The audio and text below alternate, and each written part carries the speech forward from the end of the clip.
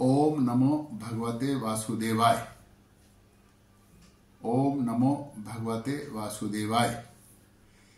चैत कृष्ण पक्ष एकादशी को पाप मोचनी एकादशी कहते हैं।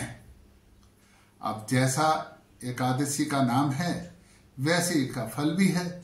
पाप मोचनी एकादशी मतलब कि हमसे जो काम करते हुए, घूमते हुए, अपना ग्रस्त जीवन निभाते हुए कुछ ना कुछ पाप हो जाते हैं, तो उन पापों से संकट दूर करने के लिए इस पाप मोचनी एकादशी का व्रत का विधान है।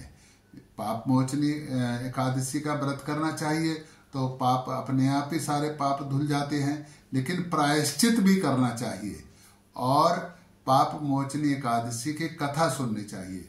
तो मैं आज आप सबको पाप मोचनी एकादशी की कथा सुनाता हूँ।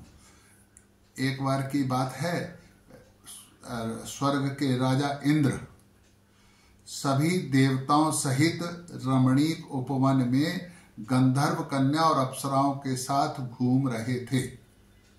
और स्वाभाविक है, राजा वहां घूम रहे हैं उपवन में, तो नृत्य, संगीत, गायन, सारा सब कार्यक्रम चल ही रहे थे। तो सब अपनी अपनी प्रस्तुति वहां कर रहे थे। तो काम जब ये सारा कुछ है तो कामदेव भी, सब सभी देवते हैं तो कामदेव भी वहीं थे, रति भी वहीं थी, मंजुपोसा नामक अप्सरा भी वहीं थी। तो वहीं उसी उपवन के नजदीक थोड़ी दूरी पर मेघावी ऋषि तपस्या कर रहे थे। तो बड़ी देर तक जब देखा कि कामदेव ने देखा कि हम यहाँ नृत्य, गायन और ये सारा कुछ कर रहे हैं और मेघावी ऋषि की तपस्या में कुछ बाधा ही नहीं पड़ रही, तो वो कामदेव ने सोचा क्यों ना एक बार इनकी तपस्या में बाधा डाली जाए। तो वो मंजू पोसा नामक अप्सरा को साथ लेकर वहां पर गए और वह नृत्य, गायन और संगीत का कार्यक्रम करने लगे। काफी देर तक ऋषि तपस्या में बैठे रहे। अब मेघावी ऋषि क्योंकि युवावस्था में थे तो कितनी देर तक वो करते। तो जब काफी समय बीत गया तो ऋषि ने आंख खोली तो सामने मंजू पोसा, क्योंकि मंजू पोसा जो अप्सरा थी वो बहुत सुंदर और संपूर्ण यौवन लेकर के आई हुई थी। तो जब उसको देखा तो उनका मन उस मंजू पोसा पर आ गया। मंजू पोसा पर आया और क्योंकि ऋषि भी तरुण थे, युवावस्था में थे, बलिष्ठ थे, चेहरा मोहरा शरीर सारा युवा था और ऋषि चेहरे पर एक तेज था, तो मंजू पोसा भी उन ऋषि पर आसक्त हो गई और दोनों 57 वर्ष तक वहां उस जंगल में रति कीड़ा में घूमते रहे। अब दोनों माया के बंधन में बंध गए थे।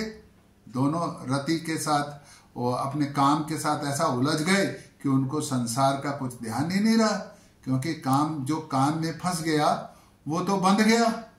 फिर वो कोई भी हो, काम से, माया से, काम से कौन, बड़े बड़े लोग नहीं बचे।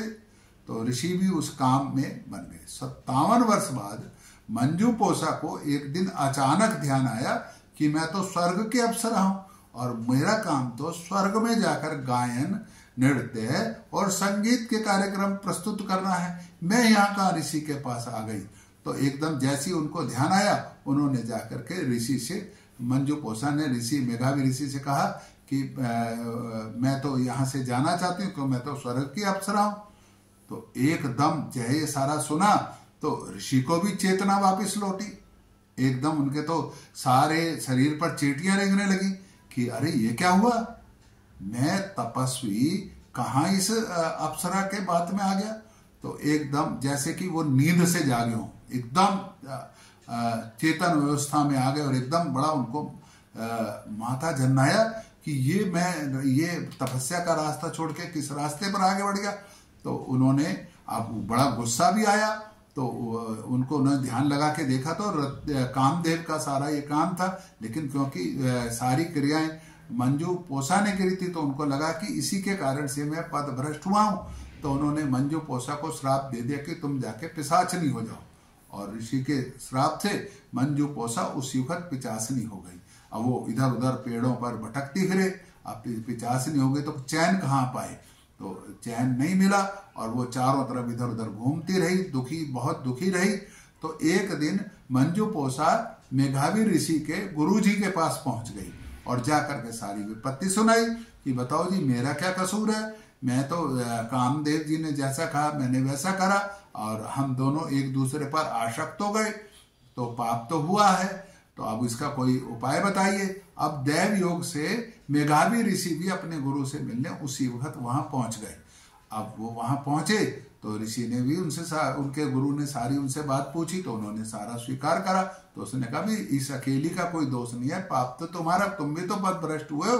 तो उन्होंने कहा, तो उसने कहा, अब वो फिर गुरु से पूछने लगे कि इसका उपाय क्या है।